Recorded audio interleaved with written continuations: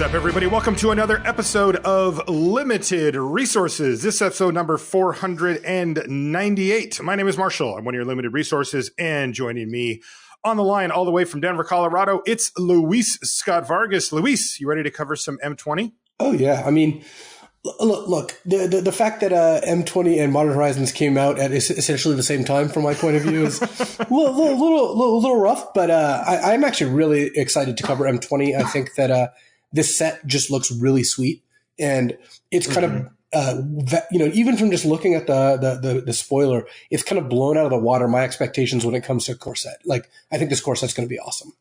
Yeah, traditionally we think of these as a bit of a palate cleanser, and it might even be, considering the sets that we're coming off of. But still, it's got a lot going on, and we're going to be jumping into every single common and uncommon in the set on this one. This is, of course, the big set review. Before we get into it, though, got to mention our sponsor, channelfireball.com. That's the place to go for all things Magic related on the internet. Hey, if you want to get M20 right now, you can go pre-order it on Channel Fireball. And once they're able to ship it to you, it'll be in the mail and you'll get it in your hands, and you can draft it with your friends or do whatever. While you're there, you can pick up awesome stuff like you can get singles and sealed product like M20 or whatever else it is that you need. You also can get supplies, and you can get content by some of the best content creators on the internet for Magic right there on the front page for free on channelfireball.com. We do thank them for their sponsorship. Also, newsletters. Luis, there's 3 now? Yeah, we've got 3 newsletters. So speaking of content, you get to opt into the content you want, and this content can't be found anywhere but the newsletter. We've got myself. I write a newsletter every Wednesday. We've got Matt Nass. He's writing the Modern newsletter. We just kicked that off, and every week Matt's going to find a pretty sweet Modern brew or invent one, and he'll tell you all about that. And then on Friday, we've got the Commander newsletter by the one and only Eric Levine. So I've been really happy with how the newsletters have come out. I think it's kind of cool getting this like bite-sized bit of content.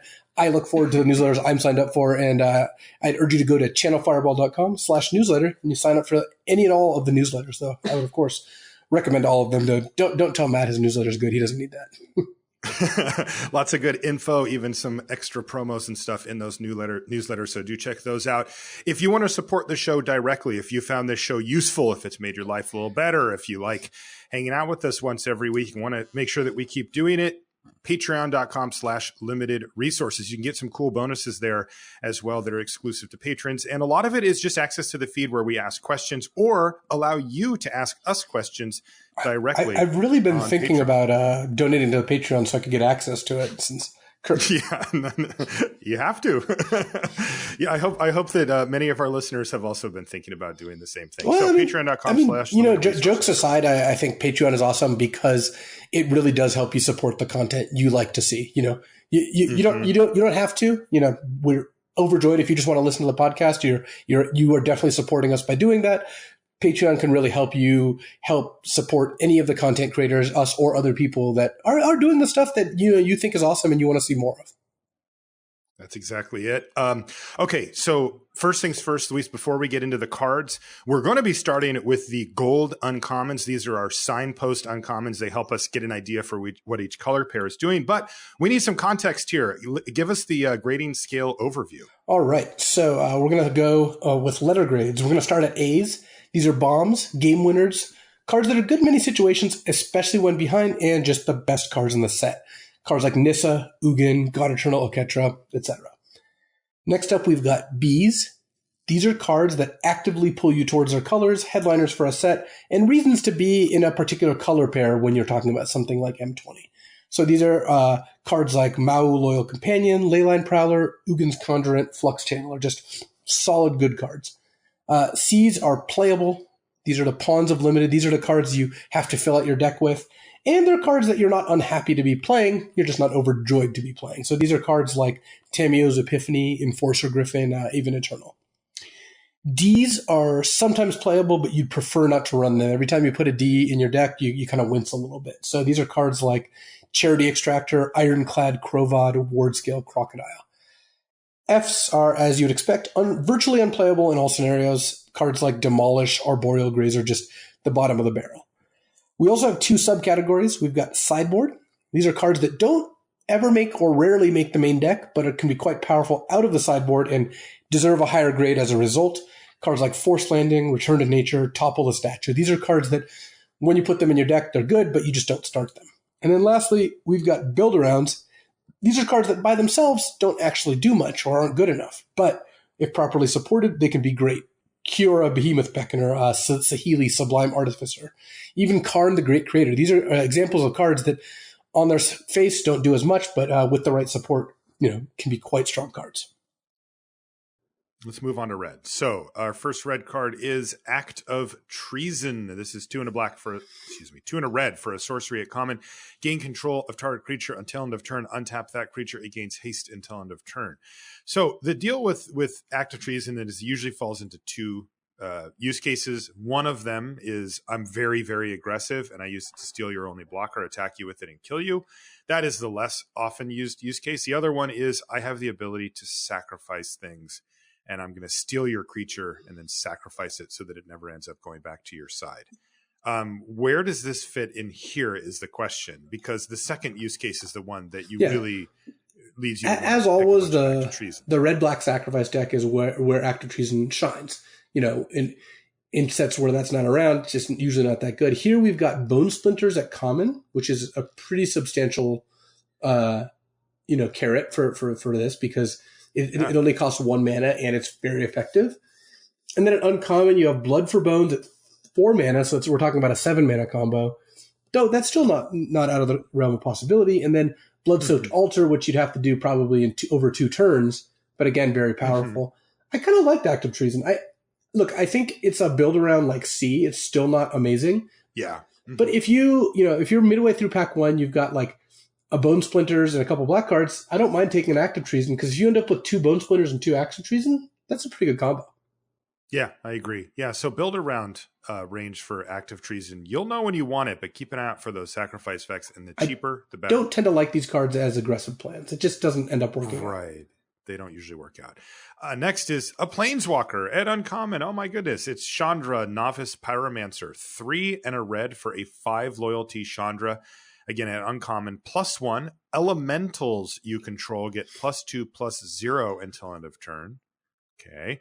-1, add red, and -2. So not a traditional ultimate here. Chandra, Novice Pyromancer deals 2 damage to any target.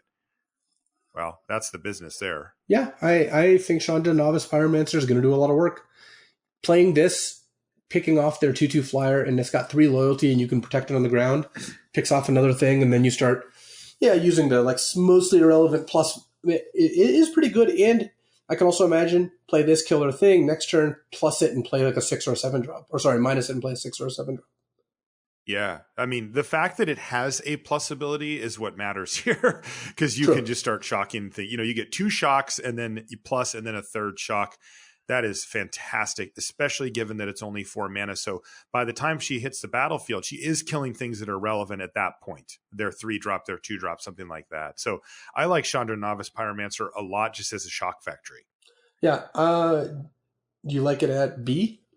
I like it at B+. B+? I just think that this is, this is type of card I'm in for B. It's really annoying. For B+ on Chandra Novice Pyromancer.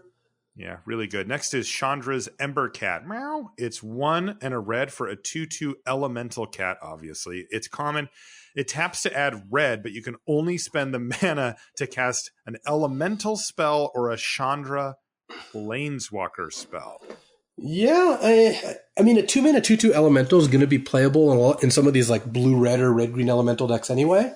For sure, and, yes. And the fact that once you're in that deck, and then the activated ability actually becomes pretty relevant. So, yeah, this card's good. Yeah, I think Chandra's Ember Cat's like a C, but in the elemental deck becomes a C+. Yeah, I agree. That's exactly where I was going to put it. Next is premium removal at common here. It's Chandra's Outrage, 2 red for an instant.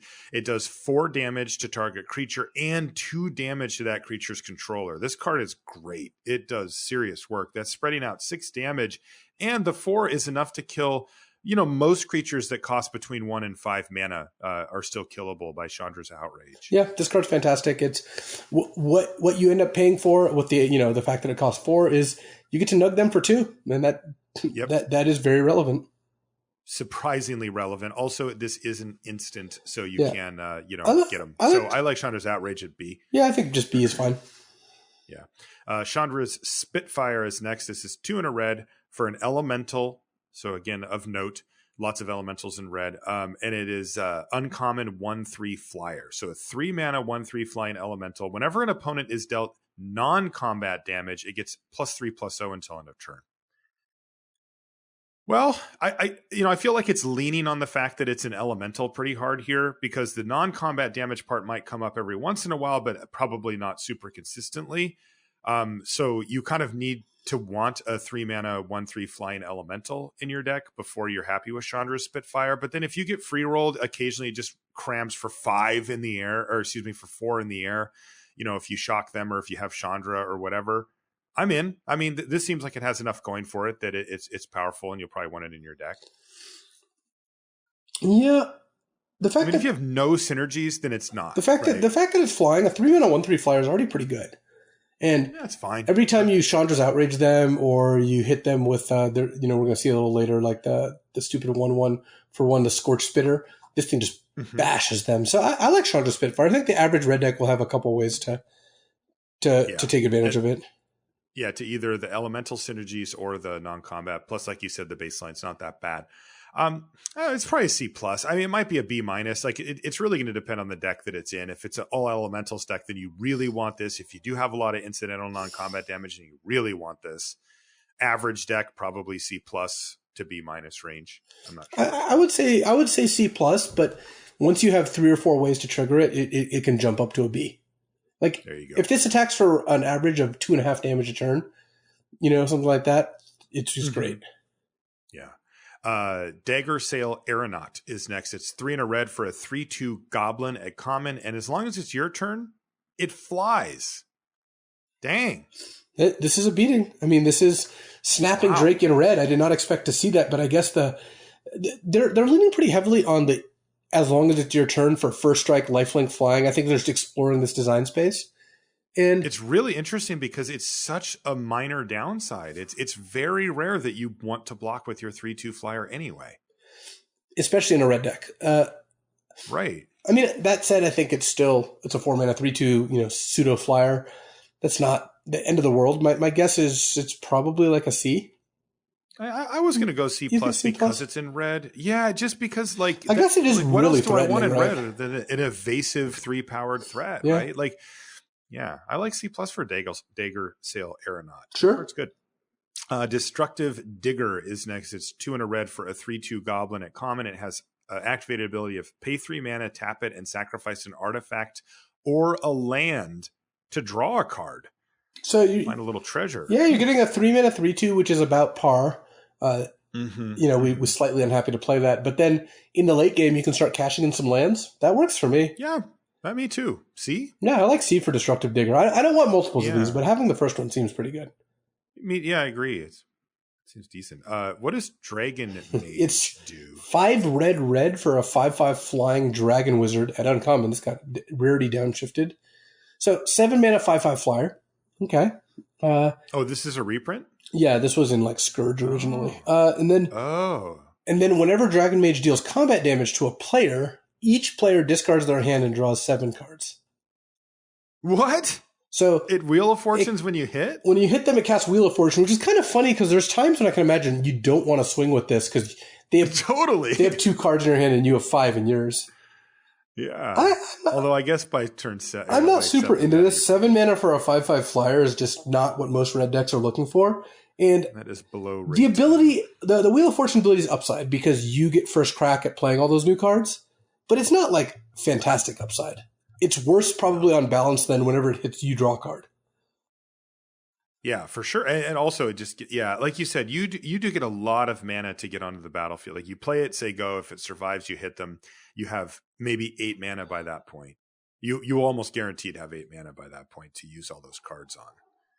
Still, your Dragon Mage probably isn't going to survive. Also, isn't it just a dragon? What is this artwork? It just looks like a dragon.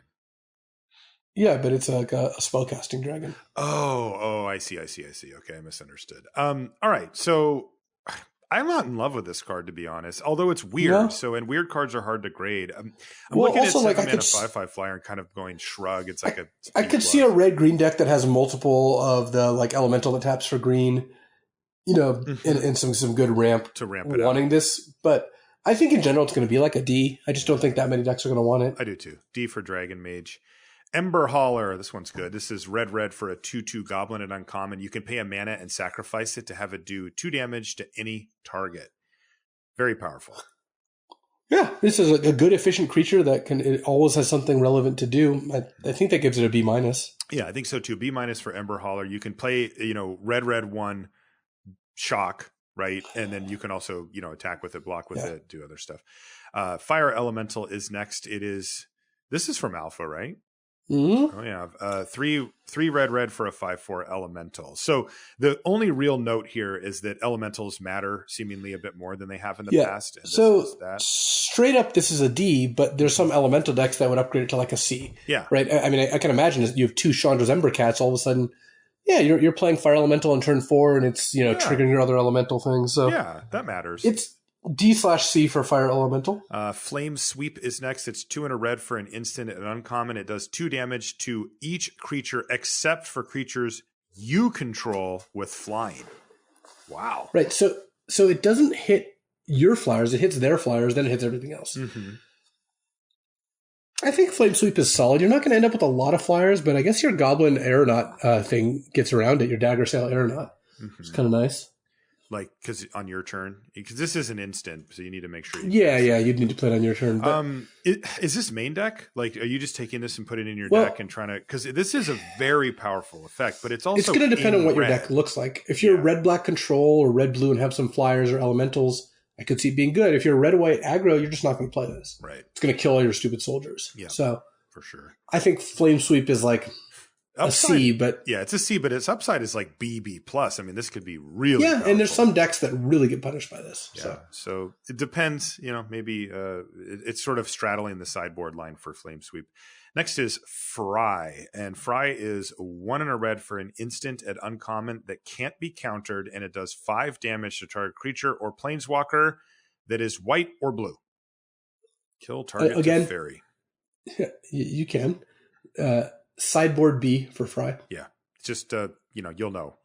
If you have good targets for it, bring it in and it'll be awesome. What about Goblin Bird Grabber?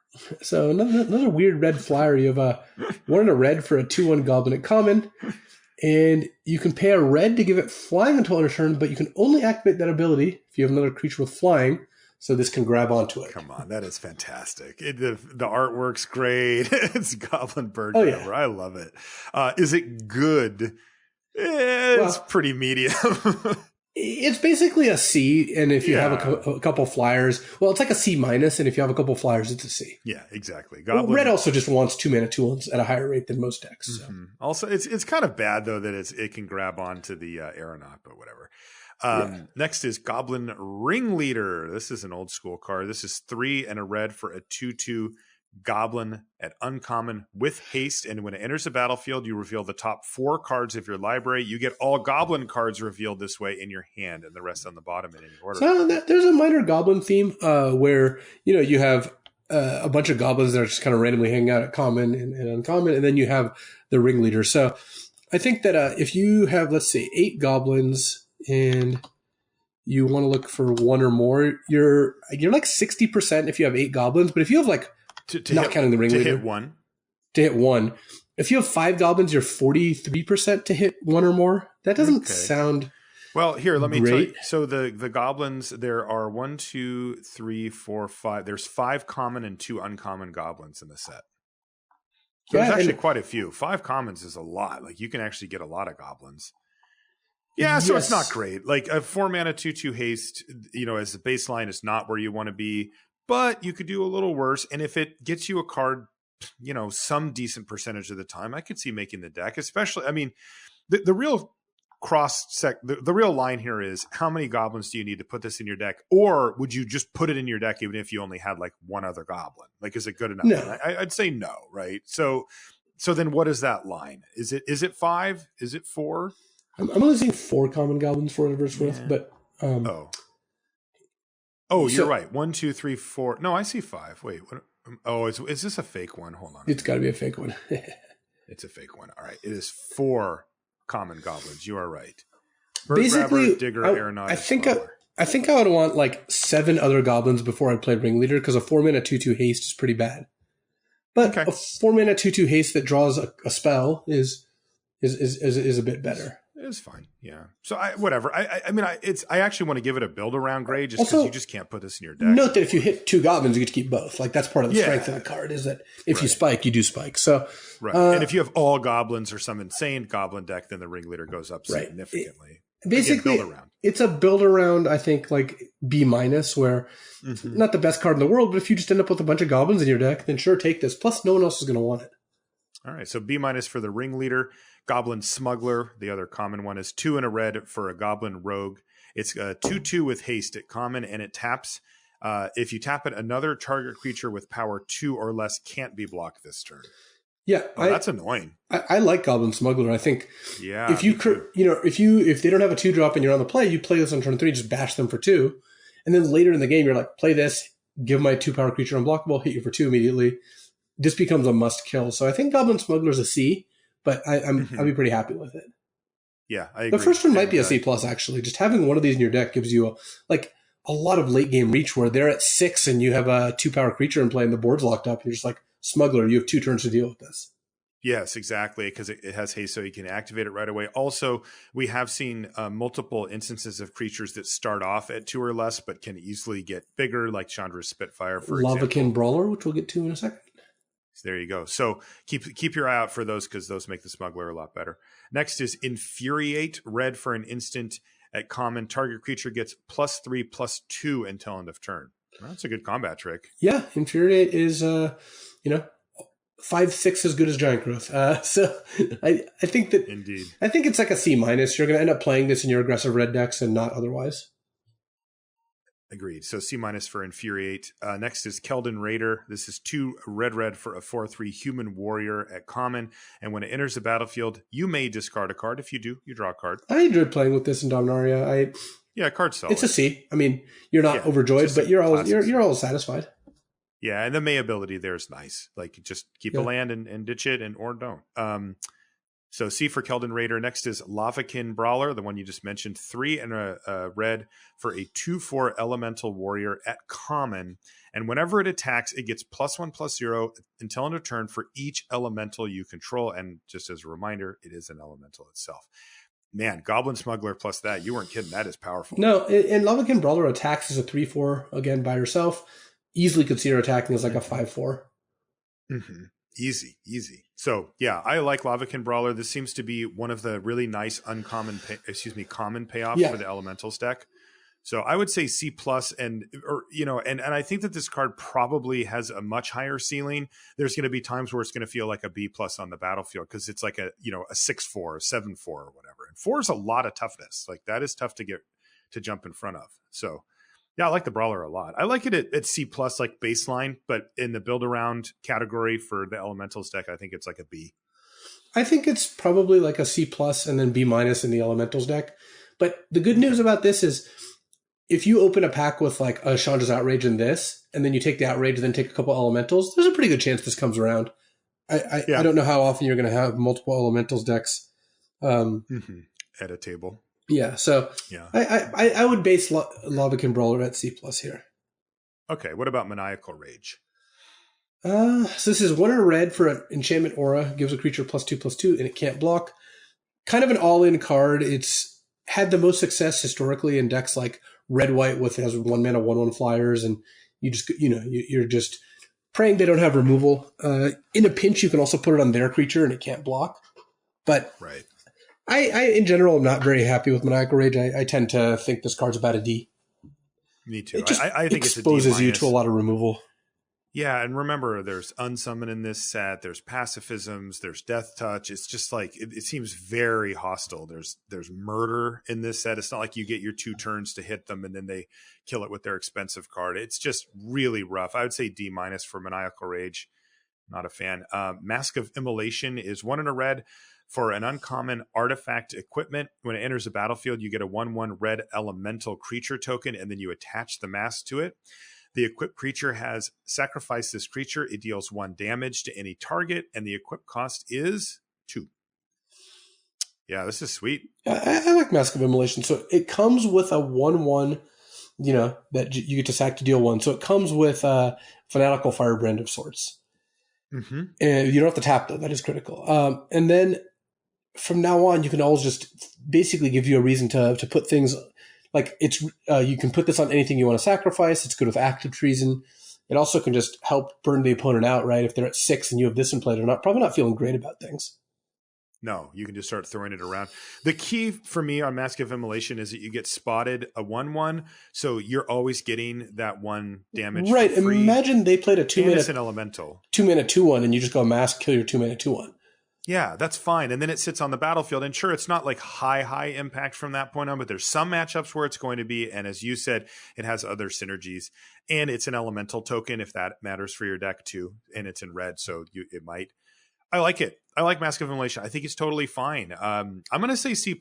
I'm just going to go with my gut. What was the Mortar Pod from before? Mortar Pod. Mortar Pod was quite a bit better because it gave +0, +1 as well.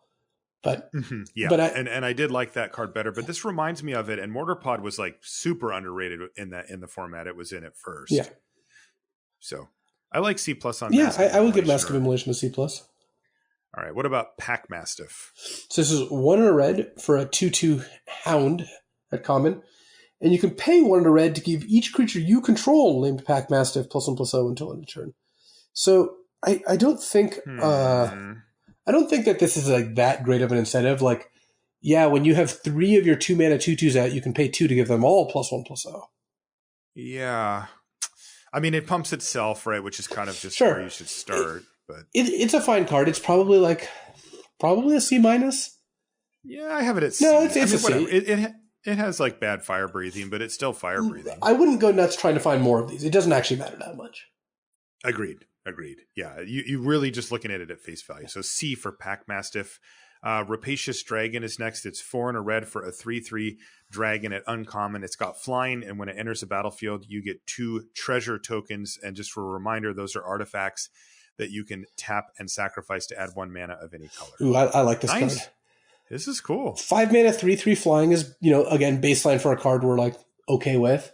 And getting 2 treasures means that, yeah, you can ramp something big out. You can you fix your mana. You can just play 2 spells next turn. Sometimes you'll even go dragon into like pacifism in the same turn, and you kind of got a 3 mana flyer, right? So totally, yeah. I think Rapacious Dragon is probably a B. It's just a good card. Yeah, it's like a B. It just seems really good to me too, especially in the decks that want it. I like B- for Rapacious Dragon. Also, making it rain. I mean, it's just like dropping coins on you from up above. Oh, yeah. It's kind of cool.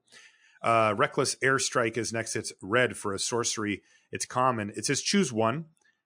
Reckless Airstrike deals 3 damage to target creature with flying or destroy target artifact.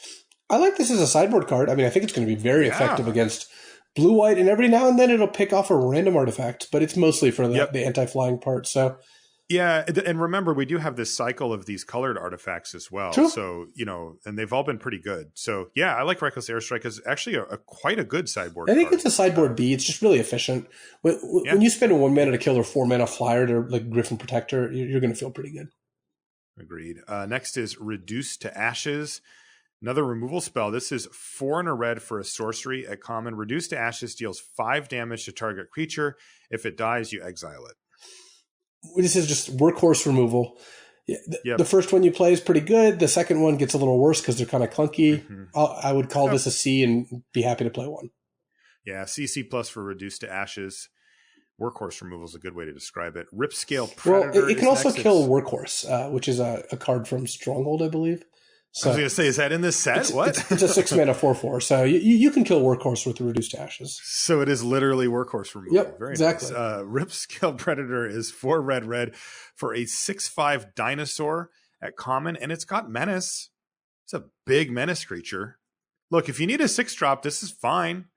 I'm not excited about it, but this thing is difficult to tussle with. It's almost always going to be able to kill 2 creatures on the other side. Yeah, I like this a little more when there's dinosaur payoffs, but this is still just a fine curve topper. Yeah. It being 6 means you just don't have to prioritize it. So I think Ripscale Predator is a C-, but it does play pretty well. Yeah, I actually have it at D. I just feel like there's many times when you're not going to play Ripscale Predator. That's fair. Like you have it in your pile and you're just not going to even bother. I'm fine with Ripscale Predator at D, but just when it's on the battlefield, it is actually pretty good, and it's not like it's obscenely hard to cast. So exactly, I agree. Scamperine Scorcher is next. It's 3 and a red for an elemental. It's uncommon and it's a 1/1. Ouch. When it enters the battlefield, though, you create 2 1/1 red elemental creature tokens, and elementals you control gain haste until end of turn. So, wow. It's 4 mana for 3 1/1 hasty elementals, which is great if you can, have elemental payoffs. If you have an elemental lord, all your elementals are +1/+0, or you're triggering your reef dude a bunch of times. Mm-hmm. So yeah, Chandra Novice Pyromancer. Oh yeah, giving them +2/+0 is great. So this is very much elemental specific because otherwise it's not amazing. No, 4 mana for 3 1/1s is fine. Like in an average red deck or the go wide red deck, actually. Like this one is Inspiring Charge is pretty good too. So because these elementals don't go away at the end of turn. This isn't one of those kind of cards. Right. Totally. So I think it's fine. I'm not super stoked on it. I think it's like a C. But in the elementals deck, it's great. I think it's like by itself a C+, because I still think 4 mana for 3 1/1s is decent. And then in the elemental or go wide decks, easily could be a B or B+. It's probably a B+. Yeah. I would give it a B+ in those decks. Next is Scorch Spitter. It's red for a 1/1 elemental lizard at common. And when it attacks, it deals 1 damage to the player or planeswalker it's attacked. I would really only play this if I had a bunch of Chandra Spitfires or a really heavy elemental deck, because yes, this hits your opponent for 2, but they also can just block it with a 2/2. Yeah. So I'm not a fan of it. I would give it a D. I think Scorch Spitter's a D, and people are going to play it a little more than they should. They just love cards like this, but a Scorch Spitter at D is fine. Yep. Next is Shock, the classic. It's red for an instant at common, and it does 2 damage to any target. Card's good. I like Shock at C+. It's a little bit worse than Disfigure because it can't team up with a creature to kill a bigger creature without you losing your creature. But it just does what you want it to do. It's very cheap. Well, you also get the benefit of being able to hit players. Sure. Which isn't super relevant, but it's something. Yeah. I like Shock at C+. Okay, C+ for Shock. Take them, play them. Tectonic Rift, always got to be one of these. 3 and a red for a sorcery at common. Destroy target land. Creatures without flying can't block this turn. An interesting combination of effects. You almost never care about both cards. Yes, that is right. And that means you're overpaying for one or the other. Yeah. I'm not a big fan of it. There is a significant number of flyers in this set, especially in the blue and white. True. Corner of the pie. And so if Tectonic Rift, it can't even just be a falter where it just doesn't let anything block. It's like, geez, I got to pay 4 mana. Falter also stopped non-flyers, so. Or what is the card I'm thinking of then? Whatever. A card that just says... You're thinking of Falter because that's the original, but... No, but what I mean is if it can't at 4 mana just be, you're not allowed to block this turn, I think I'm not interested. Because Falter only costs 2, right? True. I think Tectonic Rift is an F. I think that you can construct slow, ground-heavy matchups where maybe you side this in, or if your opponent has a bunch of Gift of Paradise and they're putting on their lands. But just call it an F, move on, and I believe neither of us will ever side this in the whole format. Won't happen. Next is Uncaged Fury, 2 and a red for an instant. It's uncommon. Target creature gets +1/+1 and gains double strike until end of turn. Yeah, this used to be a common. This card really can kill people out of nowhere. It's a lot better once you have like some naturally big creatures. High power creatures, yeah. Obviously with Trample as well is a huge benefit on a card like this. The cool part about Uncaged Fury, though, is that giving it the +1/+1 and double strike, the extra power, though, just means that there's a decent amount of the time that it'll just win combat through first strike damage, and that's good enough already. And then you can live, absurd dreams with this as well, where it just kills your opponent. Yeah. I like Uncaged Fury at C+. Yeah, C+ for Uncaged Fury. It's actually really powerful combat trick. Last red card is Unchained Berserker. It's 1 and a red for a 1/1 human berserker at uncommon. And here we go. It's got protection from white, and it gets +2/+0 as long as it's attacking. I think this card's really good. Wow. Because that is so annoying. 2 mana 3/1 is something that, only when attacking, but still 2 mana 3/1 aggressive creature is something that a lot of red decks would just play. Mm-hmm. And the fact that it's pro white means it's just going to randomly hose some decks. Like they only have white blockers, or you just keep this back to block their white creatures. So Totally. It's so good against those type of scenarios. I think Unchained Berserker is a B. I would be happy main decking it. I do too. B for Beard for Unchained Berserker. Looking good, bud. All right. That moves us to our last color.